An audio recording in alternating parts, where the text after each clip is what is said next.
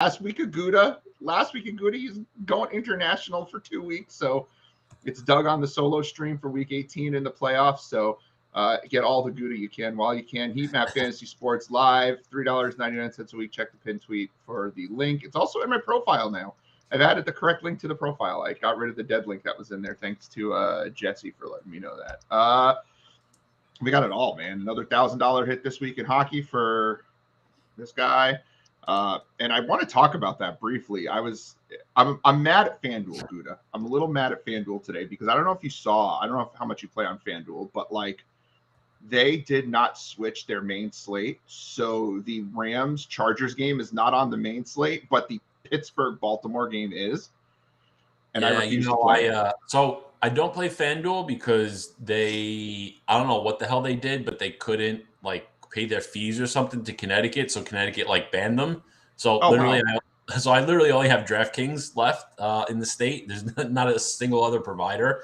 But I did hear about this, that FanDuel completely screwed up the slate because they just completely did everything before the NFL announced the flex. So now it's all screwy, and they got the Sunday night in there without the two LA teams, which is really odd. It's stupid. And so I won't play the main slate because I think, first of all, I really like, Cam Akers and, some of the Chargers passing game, their defense. So I'm not playing the main slate, but I am playing the 1 p.m. only and the 4 p.m. only, which they did do correctly. They don't have Pittsburgh on either of those slates. So I'm playing both of those slates, which is actually kind of cool because those tend to not fill. So there's some overlay. But one of the things I wanted to bring up, and this is kind of relates to the hockey, and we were talking about it off air, is FanDuel, for all their faults, and there are many, but for all their faults, their qualifiers, particularly their cheap qualifiers, the 10-cent ones, the 25-cent ones, the 50-cent ones, the dollar ones, don't always fill. And for some reason, they are so easy to cash on, particularly for like the not main slates. I'll go in on an NBA slate on a day that I have done no NBA, and we know I'm not good at NBA. Like I'm terrible at NBA.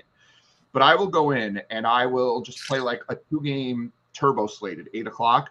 And there'll be, I don't know, a qualifier, 25 or 50 spots, top 5 get a ticket to whatever tournament, right? And usually only 25 or 30 of those spots will fill. And all I got to do is finish top 5. And it's shockingly easy. On Christmas Day, I'd gotten 20 tickets to the Christmas NBA slate, which I did not do well on, but 20 tickets. And it did not cost me the normal, it's only a $4.50 entry.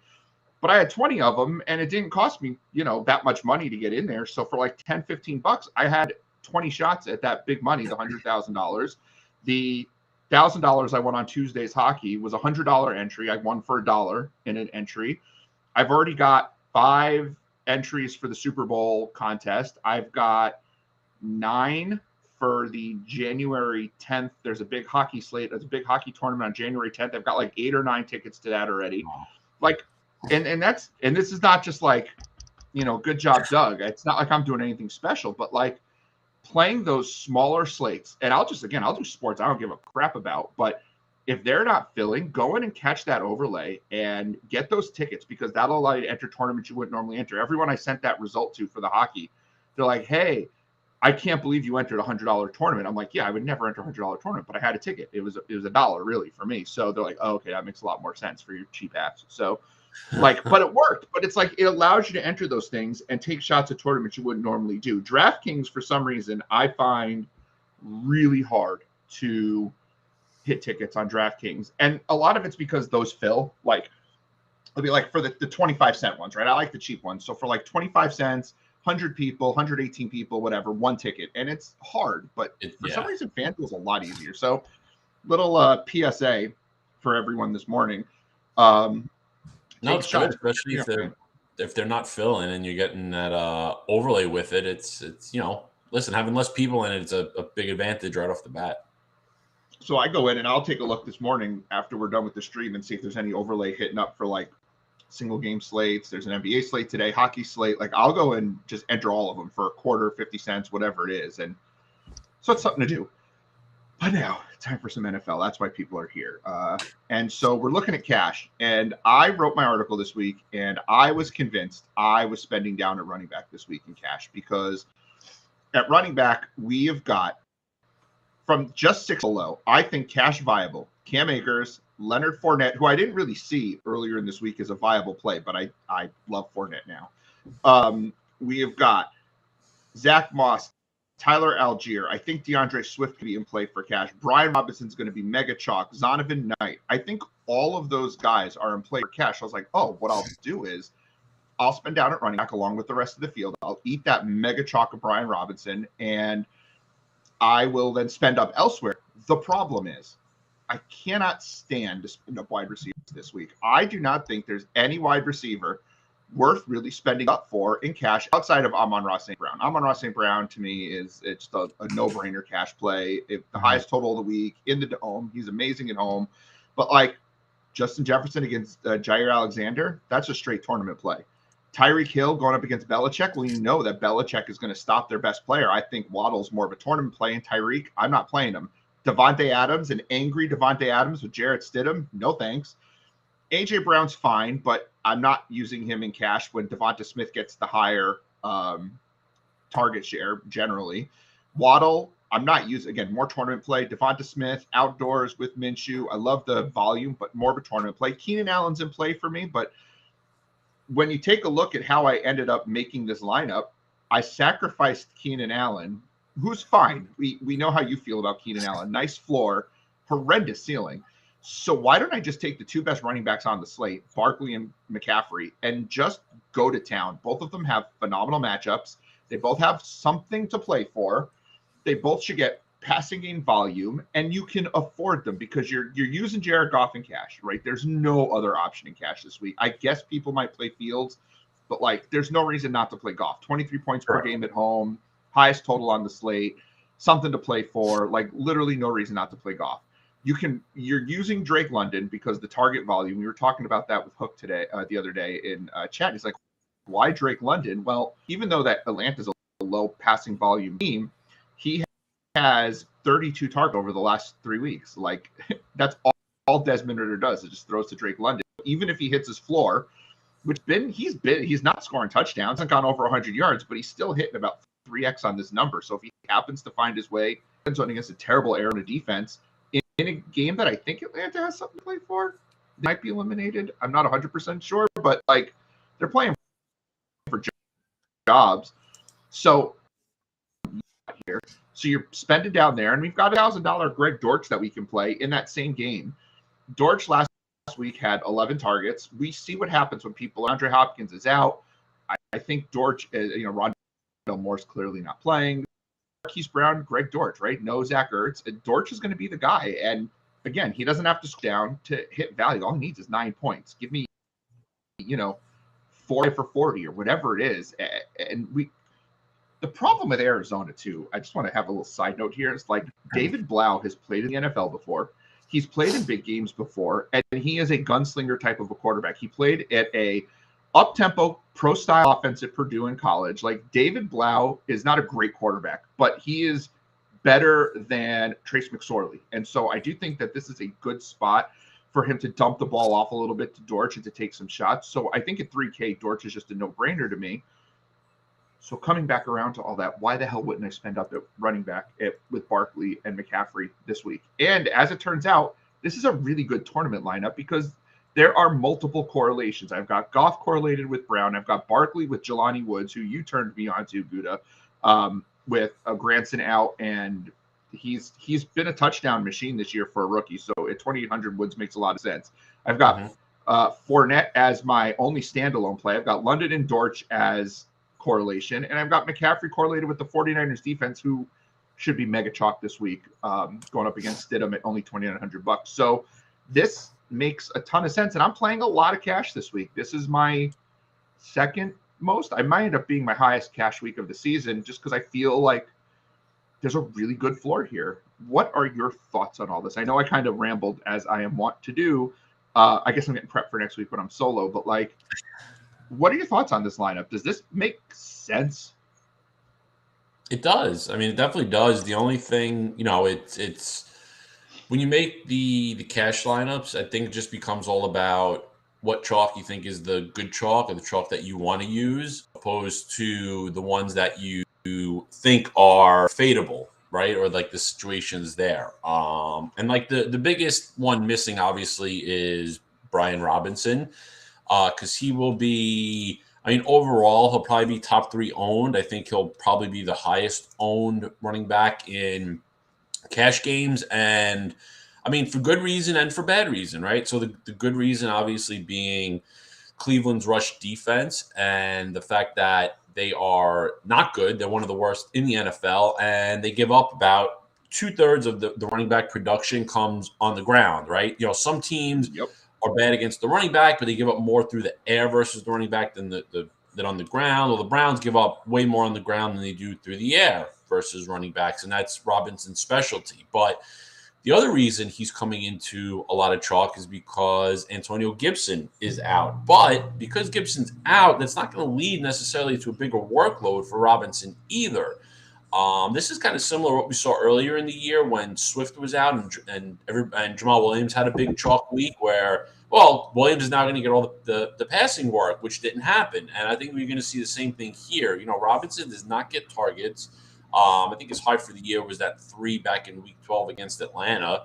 And even last week when Gibson got hurt, Jonathan Williams basically took all the pass down work. And that was with Williams not even being game planned for that. He was just active because teams, you know, have 3 to 4 running backs active. Now, with a week of game planning and everything, you know, I think it's Williams that gets the passing work. You know, maybe minimal, but I don't think it's going to lead to really anything extra for Robinson. So out of everybody, that's probably the one guy that you can say, all right, I'm okay not using Robinson because if he doesn't get a touchdown, he's probably not getting you to where he needs to. I mean, you know, if he doesn't score a touchdown, you need, you know, 120 rushing yards unless he catches a ball or two to get you to, you know, 15 points, let alone a score that you need in tournaments. So I think he's, you know, relatively an okay fade there, even from a cash game standpoint, to, you know, just using better spots.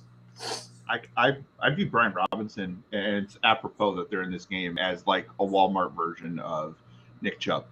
And that's why we don't ever use Nick Chubb in cash for the most part. And every time we do, we usually get screwed using Chubb because he needs a 2 to 3 touchdown game to get there. It's funny because he's chalk, I'm actually using him more in tournaments, which we usually try to fade the chalk in tournaments. But I'm using him in my more contrarian lineup. So if I've got like a giant stack, let's say, or I've got, whatever it is, whatever stack it is, a Brock Purdy stack, which I do like some Brock Purdy stack. The Bridgewater stack. Yeah, the Bridgewater stack, right? The stack that like people aren't going to use. I'm actually using Brian Robinson as I'm going to put him in there as chalk because if he goes for 120 and 3 touchdowns and he's 35-40%, I definitely want to have him in my lineup. And so I've got him in those kinds of lineups, and I've got him as stacks with the Washington defense because I don't love Cleveland's offense. So, yeah. And Washington's defense is cheap enough that you can pull that off, particularly on FanDuel. I've got him a lot more on FanDuel where receptions don't matter. Like, I actually like Brian Robinson a lot more on FanDuel this week because it's half-point PPR. Yeah. And I do think that Robinson makes more sense. And I don't think people out there are just talking enough about the Jonathan Williams thing. Not that we should be using Jonathan Williams. Don't use Jonathan Williams.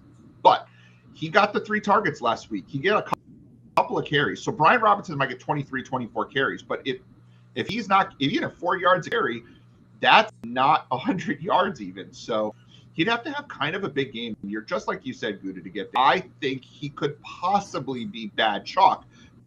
But even if he's good chalk, let's say Brian Robinson hits a ceiling game, a realistic ceiling, not the 120 and 3 touchdowns, but let's say he goes 122 touchdowns.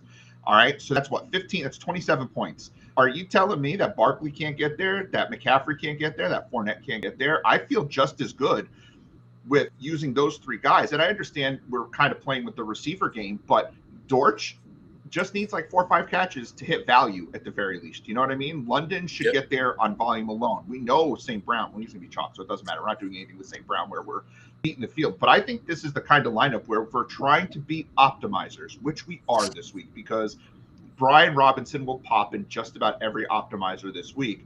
This is how you can kind of beat an optimizer. You can beat those trains of people who are just running optimals and inserting them into single entry cash games. And I'm only doing single entry cash games. So if you're running into that, How do we beat the optimals? Well, we change it just a little bit, and I don't really think I'm sacrificing much to get there. I like Brian Robinson. I want to see him do well. I love his story, but he doesn't catch passes. He just doesn't catch. He could catch 4 passes this week, and then we look dumb. But also too, look at. I mean, again, I'm not saying that this is like a normal Fournette game, but if Brady relies on him a little more, or he does like take over a little bit, I mean, he had 162 yards last week and 9 catches. Like so he got you what you needed for everything, for cash or tournaments, and he didn't even get in the end zone. Like Fournette has that type of role and potential where Robinson's not getting you any catches. It's just much different. And the thing about Fournette too, number one, playoff Lenny, right? We are in playoff mode for the Bucs. This is essentially a playoff game for them. We know playoff Lenny is good. It's a thing. Like, I don't buy into narratives too much because there's no data. But some players just have that gear. And Fournette was coming out of college an immensely talented running back, and he still is. Great pass catcher. And Fournette has, for all the talk about Fournette having a terrible year this year and how Rachaad White was taking over, yada, yada, Fournette has 2 games this year where he didn't score double digits. 2 games where he didn't score double digits. Brian Robinson almost never scores in double digits, and Fournette's got that passing upside. Hell, I'd rather have Tyler Algier this week, I think, for cash, because Algier is starting to get that passing game work as well. Last week he had 4 catches. They're really starting to see what this kid can do. He's got 4 catches last week. He has the volume in terms of workload, and I dare to say Atlanta's a better suited offense for Algier than Washington is for Brian Robinson. Yeah. So I just don't see why. I don't. He's fadeable chalk to me this week. Well, that's the thing. Atlanta's trying to figure out what they have, because Patterson's probably gone next year. So they want to see, is Algier, what can he do? Are they going to need to bring other, guys in?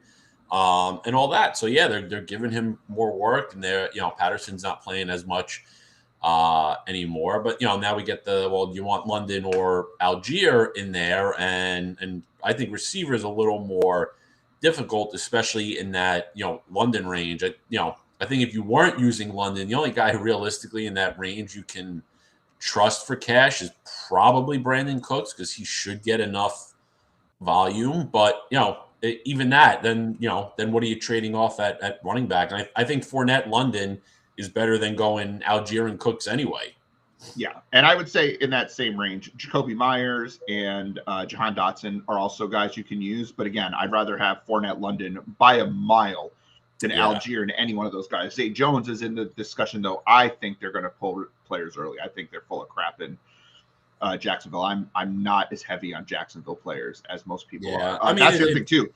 One of the big chalk guys this week should be Travis Etienne, and I don't see it, because if they pull him, it's pointless. Just Rich wanted to just say Happy New Year to you too, Rich, and he has got Jelani Woods in cash, which great minds. That's what we do.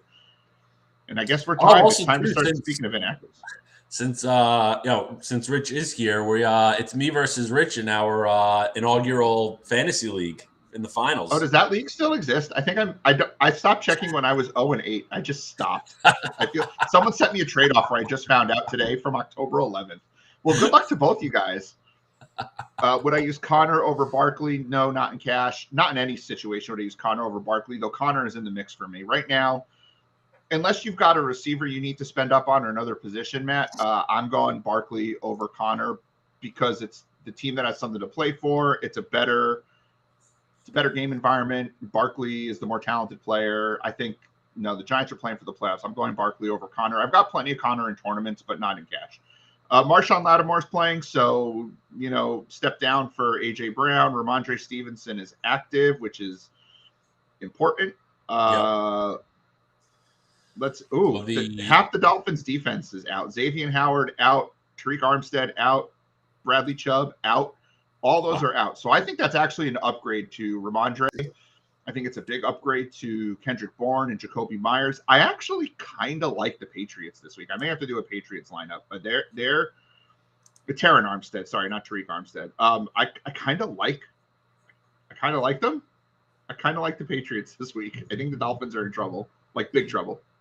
Yeah, I mean that game may have some sneaky potential. You got the Patriots are going to have um three of their top four corners and one of their backups out, so they're really shorthanded there. I mean, I think Tyreek and Waddle are set up really well now.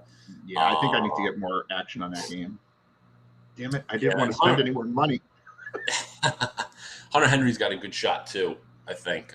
Yeah, But Johnny Smith's out. Devontae Parker's out. Justin Jackson is out, which is good. That means Jamal Williams is playing. There was some question about that this week. Jerry Jeudy active. That's a very good thing because I do like Jeudy this week. Let's see. Let's take a look. Brashad Perryman active, which means Cameron Brate is inactive, which is good for Cade Otton, who I do think is playable. Chris Olave active. Jaguars have no big players inactive. All their big guys are playing today, but I don't know. I'm still not 100% sure they're not going to sit guys if they're up or whatever it is. Chase Claypool is active for whatever that's worth. I guess in the shootout that matters. It probably matters a little bit. Jalen Hurts officially inactive, so full speed ahead with your Gardner Minshew shares today. I do see questions in the chat. We'll get to those in a second once we're done with the inactives. I just want to make sure that we are covering everything. Antonio Gibson, as we said, was inactive. Colt McCoy is inactive. DeAndre Hopkins is inactive. We knew all those. Yep. All right. I think we got them mostly covered. I think we have a couple of teams left, but I'm pretty sure the major ones in the early slate have been covered. I don't think there's anyone we're waiting on here. Let me take a quick peek. Excuse me. We're waiting on the Giants, but I don't think they have anyone. Yes, Hunter Henry as a kind of a punt tight end with Jonnu Smith and Parker out. All right, good. Before we jump into the full-on game breakdown, the run-through, let's let Rich get his question here. What's your favorite single-entry GPP low-owned stack? I mean, I already know the answer to this one, so I want to see what if you follow through on where I think you're going. Yeah, it's going to be Miami. Shocker! Yep, I like those. I don't have a Dolphin stack yet, but I will by the time we're moving on, or maybe that'll be our stream lineup. We'll have to see what comes through on the stream today. Though I have a feeling Gutta's already overweight on the Dolphins, and maybe we don't need to do that for the stream stack. So Dolphins it is. Who are you running it back with? Let's just jump to that Miami game first. Might as well just go out of order for a little bit here. Yes, active, Big Matt. Which, by the way, I love that Matt goes by Big Matt because he is a skinny dude, and I think that's hilarious. I've always pictured Matt as a big guy, and then obviously we have pictures of him now, and he's not, and that makes me laugh. I love that. Probably some irony in that name. Anywho, Matt's been with us forever, so I can joke about him. Miami, New England. So we talked about using. We're going to clear out our cash game lineup. Miami, New England. You talked about using the Miami stack with Hill, Waddle. I assume it's going to be Hill, Waddle, and Tua, or not Tua, Bridgewater. Yep. Oh yeah, very simple. It's who are you running it back with? Ramondre, Kendrick Bourne, or Henry, or Myers. There's a lot of options to run back with. Yeah. So I mean, I'm back and forth on Bourne because his usage has been so crazy. Like he really popped last week, but he hasn't done much else. So it's tough if is he working more because Parker is out, or did the game just set up that way and it was more fluky? So I guess you can use Bourne's there if you want to spend down with it, if you don't want to use like maybe Elijah Moore or Greg Dortch. I think Henry is a really good option, especially with Jonnu out. Henry's like probably not going to leave the field, and the Dolphins have been really bad versus the tight ends. They've given up 10 touchdowns to tight ends this year. They've given up 18 red zone targets with it. So I mean, teams are attacking there, and Hunter Henry just tends to really get in the end zone. He's one of Jones's favorite targets down there, and I do think there's the possibility for Stevenson as well, because the Dolphins' run defense has been really good, but they are terrible against pass catching backs. They've actually given up 6 receiving touchdowns to running backs also, which is the most in the NFL. So I think Henry or Stevenson are probably the better ways to go if you do run this back. So I do think that I'm definitely not making lineups. So I think if you do a double run back. I didn't. I'm literally making a lineup right now as we speak with for an early only with a double run back of both Henry and Stevenson. Is that, particularly in an early only slate, is that something that we're okay with, or is that overdoing it on a Patriots? I think you can do it because there's going to be some production there. Miami's defense is not that great, and they, like you said, they do have a lot out today. So you could see New England, put up a couple of points, and I think it'll be relatively concentrated as far as who's getting in and where it's coming from. I agree. Big Matt has clarified the nickname. It's a Greyhound he used to bet on. Never, ever would I have predicted that. So cool story. I love that. Moving on to Atlanta, Arizona. I think there are pieces to this game. I think this could be one of those games that surprises. I think, like I said earlier, I think people are sleeping a little too much on David Blau. I mean, dude is 4K. You could, not saying we should do Blau stacks, but Blau maybe with a little James Conner and Greg Dortch and run back with Drake London. I mean, you could do some crazy crap with that kind of a lineup. Do you like any pieces to this game outside of James Conner and Dortch and London? Is there Algier? I mean, I guess there's a lot of pieces. Are you using this tournament? I mean, I don't think I would stack the game, but I mean, correlation. Yeah, those 4 guys you mentioned, I think all are really good values here and have some nice upside potential. Because again, with the prices these guys have, you don't necessarily need tons of touchdowns from this game. You just need the offenses to be a little concentrated, and quite frankly, they are. And also, too, given all of Arizona's injuries, I do think you could potentially see, if you want like a super contrarian play, you could go Hollywood Brown just because, I don't know the type of arm Blau has, but if he can throw it down the field, if he's got, a little bit of that arm strength, I mean, Hollywood can blow past this Atlanta secondary pretty easily. I'm a decent arm. He has a decent arm. He likes to throw down the field. Yeah, I'm not going to have any exposure to Hollywood, but if you're doing like milli lineups or making 50 lineups, 100 lineups, I think some exposure to him. He's the prototypical type of guy that can give you a 30-point output at 1% owned. But again, it probably comes with 3-point downside risk also. I maybe just made a lineup with Blau and Connor and London and Dortch, where it includes Kelsey, Barkley, Jerry, Jeudy. Like, I feel really good about that lineup. Like, and the Giants defense. Like, you can do a lot if you go there, but like, it's scary as hell. But yeah, I think this game for me, like, Rich is not a big fan of this game. I don't know if it's this game or the Miami game. One of those games he doesn't like the score of. It could be either of those games. Could be a 13-10 game, I suppose. Yeah. I think this game is better for mini stacks. Connor, London, Algier, Dortch, those kinds of mini stacks. This game sets up really nicely for that, especially if you're playing later game slates and you want a little early game exposure. This game could be a fun game to do that with. The quote-unquote game of the day for fantasy purposes, maybe? I like it's got the highest total by a lot of points. It's Detroit in the Dome. It's Fields with no real weapons. Like, am I wrong for kind of like I've got Detroit exposure, but I'm not in love with the Chicago side. Fields is going to be one of the highest owned quarterbacks in tournaments this week, and I don't get it. Like, I mean, if he doesn't run much, like, yeah. So for me, that's part of the problem, I guess. Did we get? All right. So this, so here. So let's go. So I was waiting for one inactive on Detroit, which I'm finally seeing now. Okay. So yeah. So let's start back at the beginning again. So yes, this is far and away the highest total of the slate, right? And you're going to get a ton of ownership just because, like, I'm thinking, in tournaments, you're going to see 40 to 60% of the lineups with at least one player from this game, if not like multiple players. Forget stacks, just a player in general, right?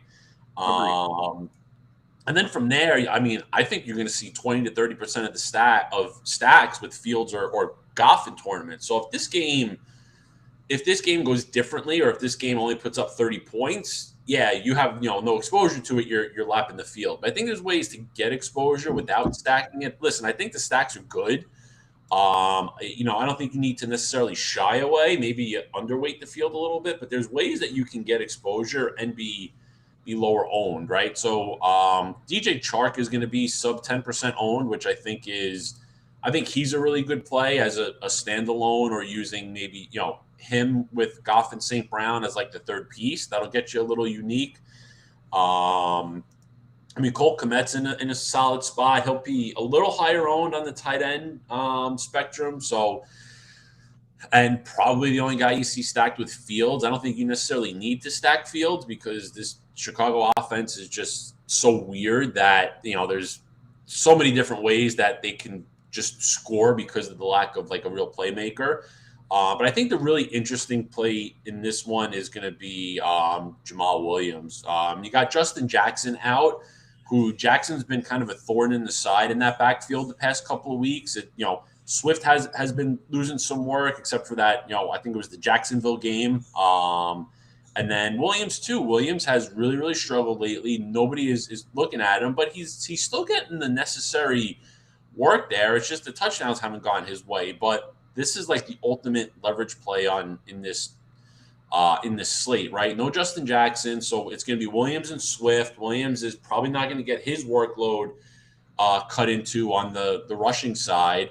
And, Williams had the great touchdown luck early in the year. It's kind of come back to reality, but Chicago is awful against the run. They are absolutely awful. And I think that's going overlooked because of the love for Amon-Ra St. Brown and how cheap the Jared Goff is as well. So if we take that into account and we say, well, what if this just goes the obvious way? What if Detroit kind of goes back to their normalcy? They are a run first team. They just have passed more lately because their defense has been struggling. But if the defense is kind of okay and they're able to run it a little bit more against one of the worst run defenses, I think this could set up really, really well for a Jamal Williams game, and it kind of implodes. Not necessarily implodes, but it doesn't give you what you need from Goff from a tournament side. How do you feel about then just running the Fields Jamal Williams mini stack and then stacking other games? Is that a way to play this? That might be a little unique, and just don't go, just keep it small, right? Yeah, I mean, I actually did that with one of my with one of my Fields lineups as well. I've got, let's see, did I use Chark as well? Let's see what I did. Yeah, so I actually used Williams, and so I used Williams, Chark, and Kmet in there with Fields. Okay. But again, I was okay with Kmet because I'm using Williams and obviously using Chark over St. Brown, so I'm taking advantage of the lower ownership and still having really good exposure to a high total game. Which again, that can go if that game shoots out, but it goes a little differently. You could get a lot of the upside still there. DJ Chark actually on the David Blau stack that I did is my cheap one-off player too. So let's go Chark. It's funny. I'm just looking at these matchups and they look so foreign, but they shouldn't, because when we were doing best ball all summer, which I did not advance anyone to the finals. Did you advance anyone to the finals at Underdog? Do you have? Does Hook have anyone? Does he have one or no? Or did he go over? Nah, Hook didn't get either. Yeah, I got. I had a couple that got close, but I got really hurt not having Hurts play last week. That really crushed me. Yep, I had Hurts Fields in a lot of lineups, and Fields didn't come through last week, and that killed me. So I wish, but we were optimizing, or I was optimizing for week 17, thanks to Pete Overzet and his. I just watched so many videos this summer when I was not teaching. Still, I just I guess I got inundated with that. And optimizing for week 17 doesn't really work if you don't get to week 17, which kind of sucked. Like I made the play, I had good playoff percentage, but I didn't quite get there 16. I only had 3 teams going to last week. But anyway, I'm looking at these matchups, and it's like you'd think I would know these games inside and out since I was optimizing for week 17 and stacking, but I'm looking at the games like, where are these games coming from? And it's like, I don't know, just a weird thing that I noticed. Just a little side note there. So Houston, Jacksonville, I don't trust this game, like at all. Do you have faith in this game? The only thing I do is, at least from the Jacksonville side, really is ETN. And then, and I'll probably have some Brandon Cooks exposure as well. I think I got him minimally right now, and I'll probably adjust a little bit. Because again, I like Cooks. Jacksonville's secondary is not very good, and Cooks came back to 9 targets last week. I mean, he's gonna get his targets. I mean, I don't know. I would imagine Houston's going to move on from him in the offseason. And if they do try and trade him, that they want to show he's still got something left after a disappointing season. So yeah, I do think that I think ETN you can trust here a little bit. Ingram's like running kind of chalky this week. Is he? Are you trusting him? He's been a monster the last 4 weeks. Yeah, I just don't know if Jacksonville is going to pass that much. I think they'll run their offense. They'll want to keep it, but I mean, I think there's a chance it could be a glorified preseason game for them. Maybe they only play half. Maybe they do play 3 quarters, but they pass it a little less. It's a little more ETN work.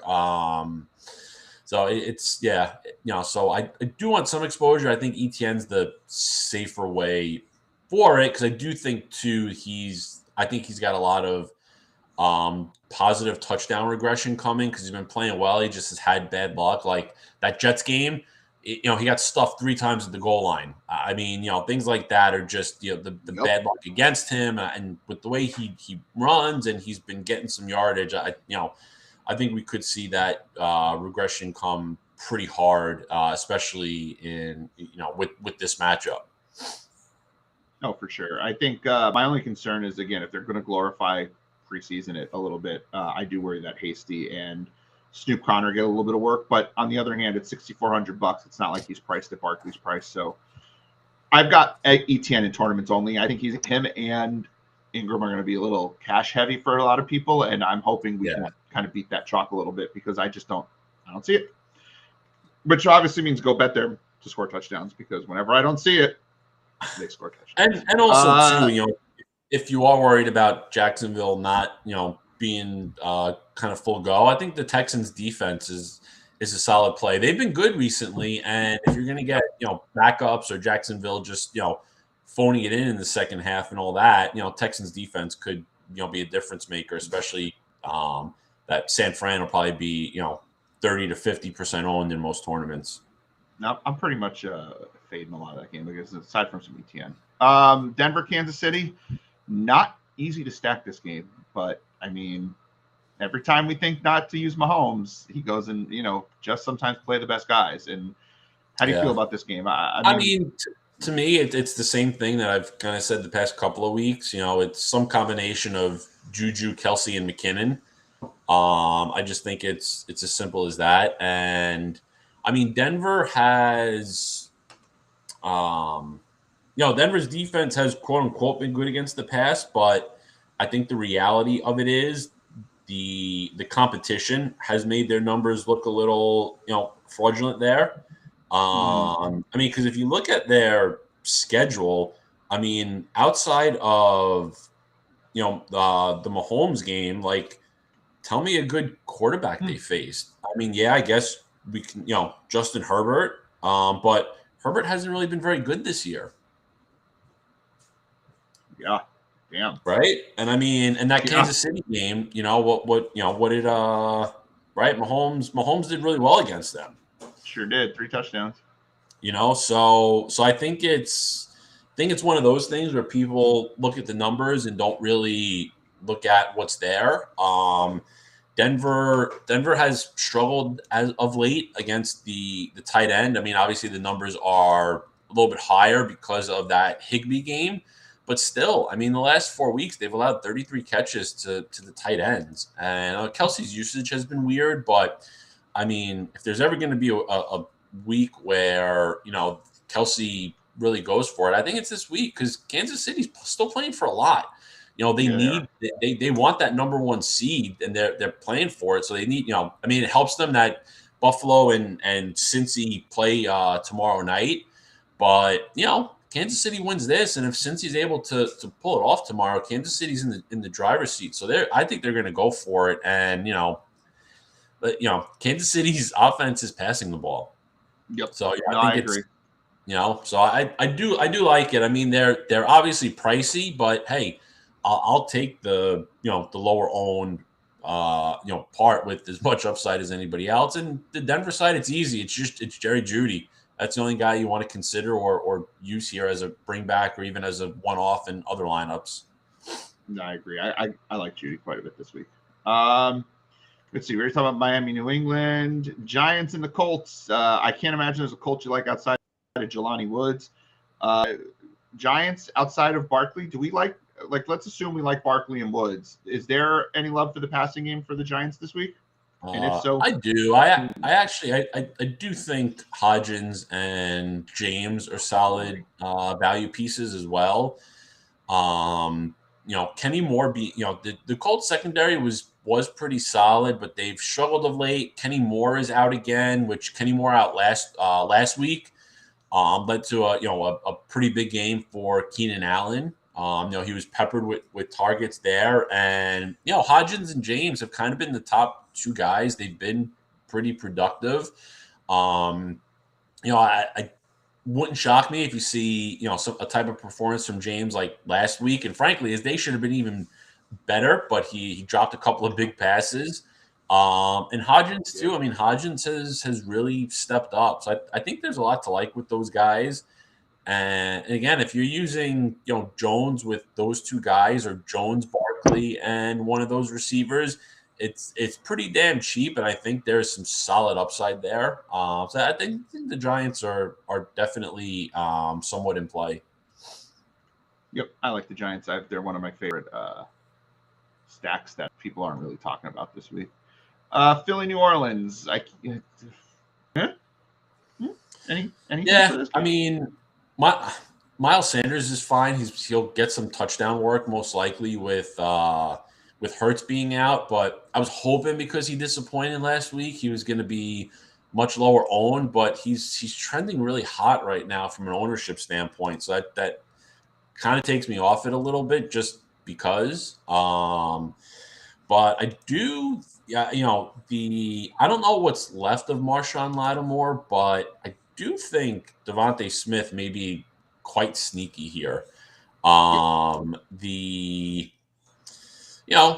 AJ Brown's going to be locked on Lattimore, I mean, Smith's been getting tons of targets, and even with Goddard back, the Saints are a really bad matchup for tight ends. So honestly, it wouldn't shock me to see another at least 8 to 10 targets for Smith, and he could be in a really big spot. So I think that'll be a little interesting there, and kind of similar, like we spoke about the Broncos. The Saints defense as well has. Let me find. Like the Saints have not given up much this year from a passing standpoint. Where's their? Oh, geez, they played Burrow. Burrow. That's pretty much the only good quarterback they played all year. Yeah, I mean it's pretty wild. They've only allowed 16 passing touchdowns, which is bottom 5 in the NFL. But again, it's the schedule, right? If you look at the schedule and the people they've played, I mean, this may be a spot. I mean, again, I'm not crazy about Minshew per se, but I think Smith is really, really sneaky here, the way that it sets up, and especially given Sanders' ownership as well. Is there a run back you like? Is Olave or Rashid Shaheed in play, or Kamara, or? Nah, I don't like anything here. Philly's defense is too good, and Dalton on the road and all that, especially with Philly's secondary. Is the back in play with Sanders and the Philly defense? Yeah, I think that's good. I mean, the Eagles I defense love the Gutta carry stack. no ownership, but I mean, again, we spoke about the Eagles defense last week. I mean, I don't think they've had one game under 9 points this year. I mean, even at 4,000, that's 9 points from a 4,000 defense with more upside. I think is pretty good. Yeah, they've been ridiculous all year. Let's do a quick look. They've had 6, 7, 8. Yeah, they haven't been under. Yeah, they've been under 6 a couple times, or under 8 a couple times. But like they're pretty damn good. Carolina, Tampa Bay. Listen. I'm gonna go out on a limb here. Nobody thinks that Tampa's pass offense is worth shit in this game. I'm overweight on the field on Brady stacks this week. I just think this is that kind of a week. Your eyes lit up. I don't know if they lit up a little bit because you think I'm insane, or if you are like, yeah, dude, I see this. Like, I wasn't expecting that from you. I'm not a Brady guy. I really, really love Mike Evans. I think this is the two touchdown Evans week. I think this is the ceiling game. We're getting 30 points, like all that stuff. I mean, he's nobody's looking at him. There's some ownership on Godwin, which I'm even surprised. Godwin's coming in as low owned as he is, because Carolina's been awful against slot receivers. But yeah, I mean Tampa's been running a ton of offensive plays, and I mean I would have liked it better if Ryan Jensen was actually able to come back this week. But I mean Tampa's old line is quietly getting a little healthy too. Both their tackles are back. If that offensive line holds up, I mean, Brady needs time. If he gets his time, I mean, the potential is definitely there. I mean, if you take away the interceptions in that Cincy game, he got you there. That's basically what you're looking for, right? It's it's the 300 plus yards and 3 touchdowns with no interceptions. I'm not using a lot of Godwin just because of his upside. Now, again, he could score 3 touchdowns, but I'm doing a lot of Evans, Fournette with Brady because of Fournette's, large receiving share. I've got a little bit of Russell Gage because Brady seems to like him. And then, of course, DJ Moore is the run back. I mean, that's an easy run back. Yeah. I mean, Fournette at that price makes sense. I mean, there's been times I've looked into that, but that was more in quote unquote smash matchup with Fournette coming in at like 6,500, 6,800, but at 5,600, I think he's very, very mispriced because they like to rush their pricing, and that he should have been probably 6,000 to 6,300 based on his usage and production last week. Yeah, that he's cheaper than Cam Akers, who I like, but that he's $500 cheaper is just like, okay, thank you. Cleveland, Washington. We talked about Brian Robinson ad nauseum. Anything from this game? I have one mini stack I like in this game that does not involve Brian Robinson. I've already said I like Robinson with the Washington defense. Is there anything you like from this game? I think Wentz is an interesting play too. Okay, see, now we both said things the other one didn't expect in back-to-back games now. How can anyone like Carson Wentz? So, all right, so he finished top 6 in 3 of his 6 starts, and we could even probably say 3 of his 5 starts because he got hurt in that Chicago game. But let's say 3 of his 6 starts, right? And when you got a guy like Brian Robinson coming in as top 2, top 3 owned, that means they're expecting the touchdowns to come on the ground. If Washington scores 3 touchdowns and they all come in the air, Wentz is going to smash. And the other part to it also is it's his target tree is pretty easy. It really has been Curtis Samuel and Jahan Dotson. He hasn't favored McLaurin as much. And the one thing, though, I do worry about Samuel because Cleveland's been great against the slot and they've been a little worse on the outside. So I don't know if I can double stack McLaurin and Dotson, but I am running 2 lineups of it. I'm doing one with Samuel and Dotson, and then I am doing one just with Dotson because I in case Cleveland keeps up their defensive tendencies. But also too, I mean, you can make the argument, well, maybe Samuel just takes over like the Gibson role, some of those shorter passes and stuff. So that'll be interesting to see, I think, there. But I think it's really, really strong leverage off of a very chalky Robinson that, again, needs the touchdowns to really get you there. You're gonna make me throw up right now. I can't believe I'm making this lineup. And I think too. I think on the Cleveland side, I really like Njoku.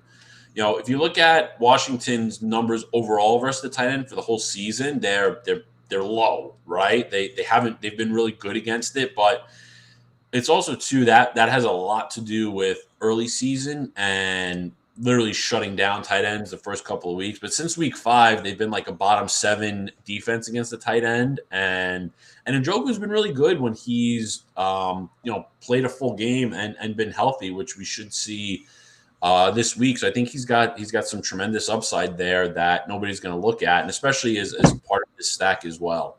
So, and then also, I think maybe you can use People Jones if you want to stack this as well. If you believe in the home road splits, I mean, Amari Cooper disappears on the road, and Peoples Jones has been quite a bit better on the road as well because Cooper has sucked. So if you think that continues, type of thing, I think Peoples Jones has some decent upside in a stack as well. I just did a Wentz double stack because I'm easily influenced, and I'm feeling. You look like you've seen it. Well, I just did a Wentz double stack, which with Dotson, who I love, by the way, this week. I love him and Njoku are like my mini stack that I've been playing way too much. Wentz mini stack ended up with Barkley, Connor, Devonta Smith, Leonard Fournette in that team. Like, that's ridiculous. So if Wentz does what he did early in the year, if Wentz could put up 20 to 25, holy crap, there's a chance. Yeah, and that too. I was going to play it for just a $1 entry, but I was like, I like the lineup too much, so I went to a bigger entry too. Because I was like, why not? Why not? And also too, it's just so damn cheap that there's so much potential on what you can do. Yep. No, you know what's probably happening right now? My dad is upstairs watching this with my kids and my wife or whoever's watching. And, we're on a little bit of a delay, but my guess is he's already in big this week, I think. My guess is he's just listening to us going, oh, I'm going to make more lives. And he's probably betting all this stuff. And it's my poor dad is going to go broke because of this week. Thank goodness, whatever. Thank goodness he's okay. But, oh, my goodness, I'm going to sit there on the couch and he's just going to lose his mind all game going, you said that Carson Wentz was great. David Blau. What's a David Blau? Why did I bet David Blau? David Blau. David blows. Exactly. He's screaming downstairs at me. I have no idea what he's saying because I've got my headphones in. But all I hear is him screaming at me right now because I know I'm right. I know my dad too well. What?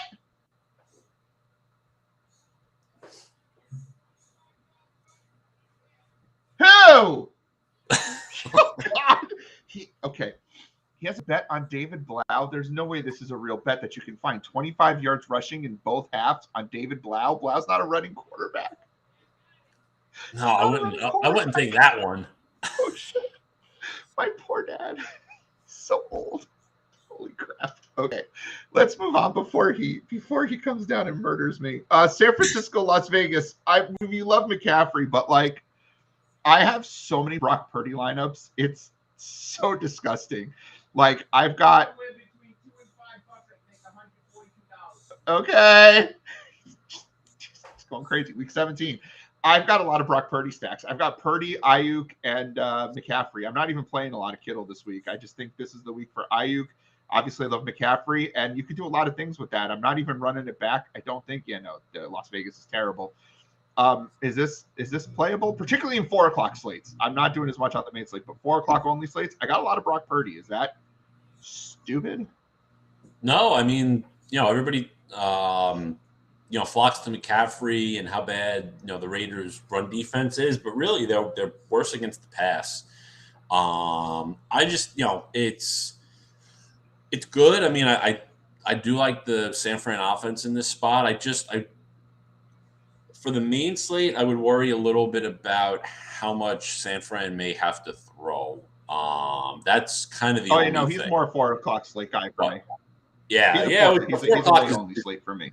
The 4 o'clock is fine because you'll probably have everybody going to Cousins and Rodgers. I would presume. Yep. I think it's fine. I do really like Ayuk. I think Ayuk has potential for a really big game here. Agreed. Kittle will probably garner ownership. He's a fine play as well. And also too, I mean, if you wanted to use a run back or look for something a little bit different in the 4 o'clock slate, Hunter Renfrow would probably be the guy. One, because he's super That's cheap. the guy I used.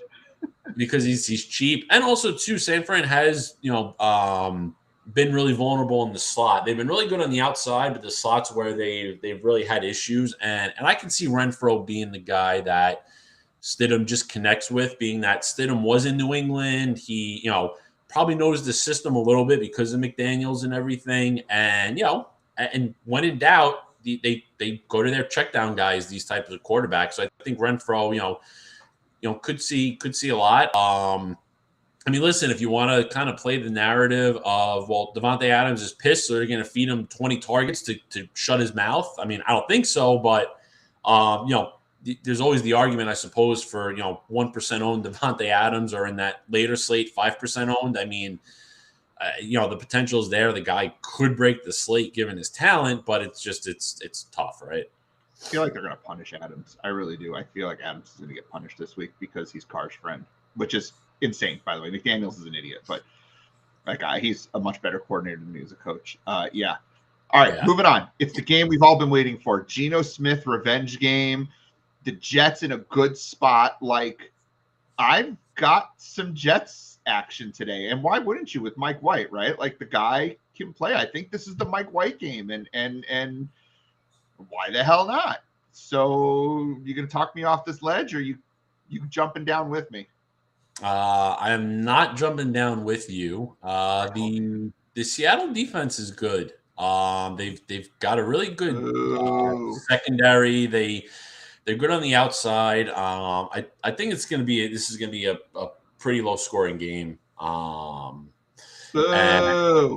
Yeah, I mean, hey, it's what I'm thinking. It's what I'm seeing. Also, too, Garrett Wilson's going to command crazy ownership as well, and he's in a difficult spot. But yeah, I mean, listen, if you're stacking White with Wilson, White's not going to get any ownership, so that's going to help with Wilson. But I think Elijah Moore is all right. He's going to revert back to the slot with Corey Davis being active, which will help him a bit.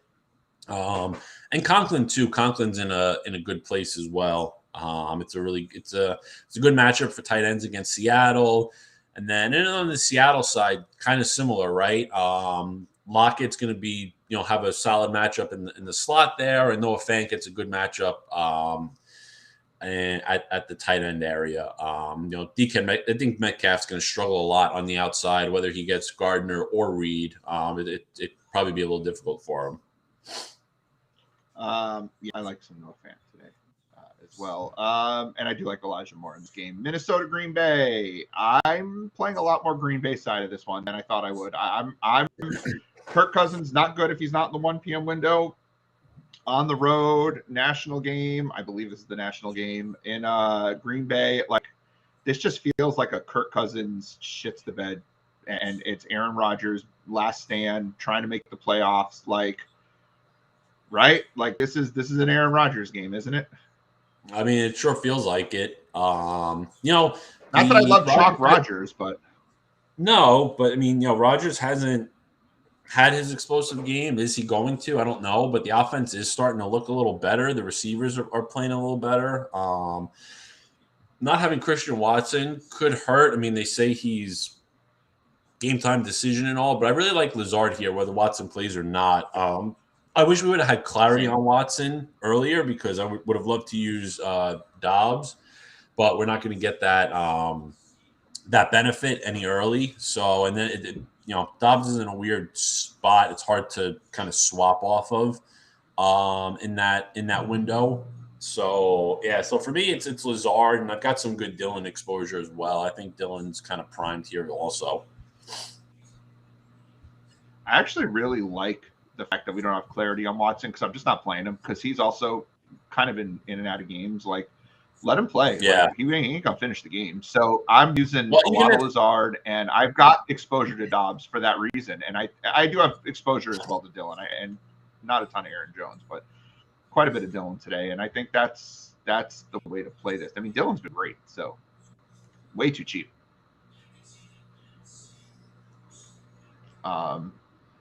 So yeah, I think that's. But yeah, I'm glad that we don't have the clarity here on Watson. I think that lowers the ownership on Lazard and Dobbs a little bit. Did you have something else to add? Sorry, you were starting to say something that totally cut you off. Oh no, I was just gonna say that that if we had, I mean, the clarity on Watson, I would have just liked not necessarily to play him, but to have the Dobbs exposure. But it is what it is. Gotcha. I like the lower ownership because I was going to play Dobbs anyway. I like Dobbs. I think he's a good player. Rams Chargers. I do like Akers in this game. Though I do think, and I think I tweeted this last week, or I put it in chat, or I sent it to a friend. I don't know who I said this to, but like the Chargers are like the worst good offense I've maybe ever seen. Like they should be great, and they're just fucking not. Like they're terrible. And so, like I don't care for Staley, though. I don't think he should be fired. This game could just be stupid. Like, I don't know. You like this game at all? Akers, and I've got actually probably a lineup or two where I've got Akers and I fit Mike Williams in it. Only because not play Keenan Allen. No, I won't. But also too, the Rams actually have been haven't given up a lot to slot receivers this year. So I'm hoping Williams can take advantage a little more on the outside. I think Williams has more of the upside as well. I think the Chargers defense could actually be interesting. They're pretty cheap on FanDuel, not so cheap on here on DraftKings. But even as a later slate swap off of the 49ers, if you're just playing the 4 o'clock slate, I do think the Chargers are a really interesting defense. They've got obviously a real good pass rush, and the Rams have Baker. So as well as Baker's played, like he's still Baker. So I do think the Chargers defense, maybe just do a Eckler Chargers defense thing, kind of call it a day. I don't know. This game doesn't excite me the way I kind of hoped it would, and I'm sure that it excited people at the beginning of the year. Yeah, I mean Eckler's going to play, but he's a little banged up. And also too, the Chargers I think are kind of locked into their playoff seeding. I don't think they can improve or reduce. No, they can move up to the. They can move up to the 5. They can move up to the 5 to play Jacksonville. They can. Okay. Yeah, and they definitely want to avoid Kansas City, Buffalo, Cincy. No, they're incentivized to play this game. Yeah. Okay. No, I read that the other day because I thought the same thing. But if they move up to 5, then they get Jackson. I assume it's going to be Jacksonville. They get Jacksonville, Tennessee. Boy, if it's Tennessee, Chargers must love that. Okay. So yeah, no, they can. There's definitely reason to play, but I still don't. I mean, when we were doing best ball, this was like the game I was attacking more than anything for Week 17 with, Akers and Kupp and Allen Robinson and Stafford and like none of them are playing other than Akers, and he hasn't. He's sort of. It's just this game's sad. It's a sad game. Yeah. All right, Gutta, let's make a lineup for this. I've decided because things are going well. Let's do a $12 lineup to try to win something this week. Where do we want to stack? Are you overweight on Miami yet, or do you want to go there, or is there somewhere else we like? I mean, I'm overweight, but we can build. I don't mind. I'm not. I don't need to do Miami. I've got my Miami exposure. There's a team that you're like intrigued by that we haven't really done yet. So let's do a Kansas City one. Okay. We're really gonna challenge ourselves. I like it. Yeah. All right, we got Mahomes, I assume, Kelsey, I assume, Judy, I assume. Yeah. And I wouldn't mind double stacking with McKinnon because I have like no McKinnon this week. Yeah, I'm definitely good with McKinnon. That leaves us with nothing. No money for the rest of our lineup. Well, so I think let's just put in the 49ers defense. Let's just take that chalk. And then Can I make a counter argument? Because we don't love to eat chalk generally. Can I counter argue with the Buccaneers and Leonard Fournette as a potential Gutta stack? That way we come off the chalk, right? Because the one thing we don't like to do in tournaments is eat that chalk, and that's been kind of our thing. And now we don't have to. We can Gutta stack because we always do a Gutta stack in these lineups. I think this is, and we can always change off to the Niners if we like it better. But I think that gives us something. But now we really got to hunt at wide receiver. Like we really got to hunt. Oh, you want to? You want to go with Dortch? I think we have to.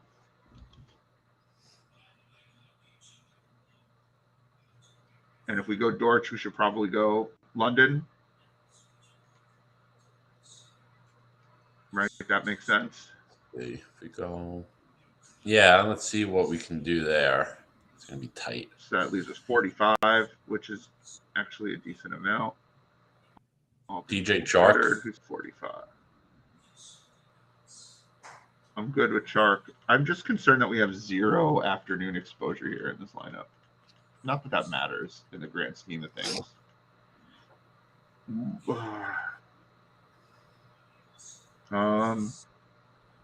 Yeah, let's do Chark. Let's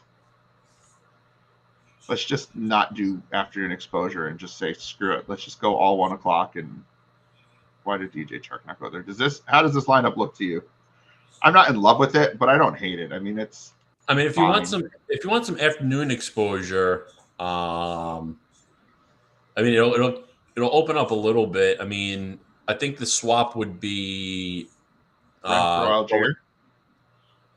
no, I was gonna say if you wanted afternoon exposure, we maybe would swap Fournette and the Bucks to Knight and the Jets defense, and then that gives us, then we can, upgrade. See what that gives us on Chark to upgrade or London to upgrade, and from there as well.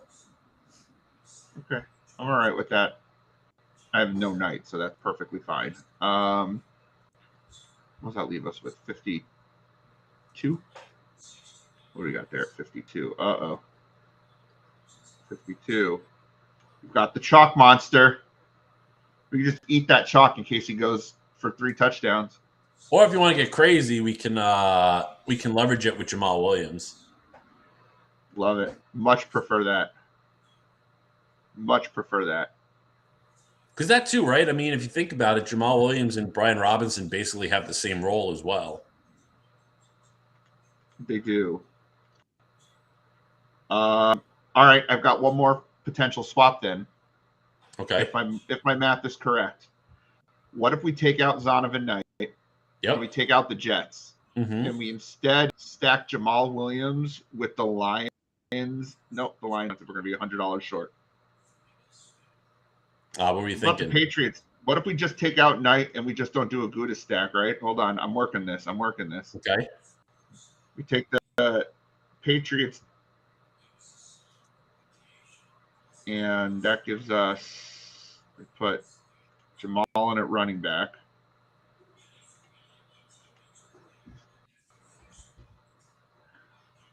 At every click, I'm seeing money flush down the toilet. Let's see, flex. There was someone I liked. Oh, Lazard at 54. I like that. Way to get a little more exposure to the afternoon games.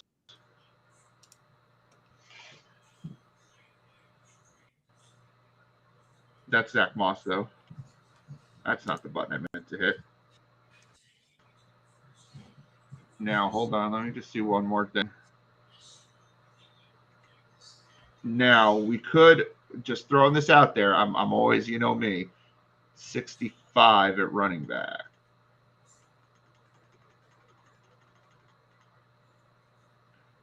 Do you prefer McKinnon, Patriots, or ATN Packers? McKinnon Patriots. All right, then this is our lineup.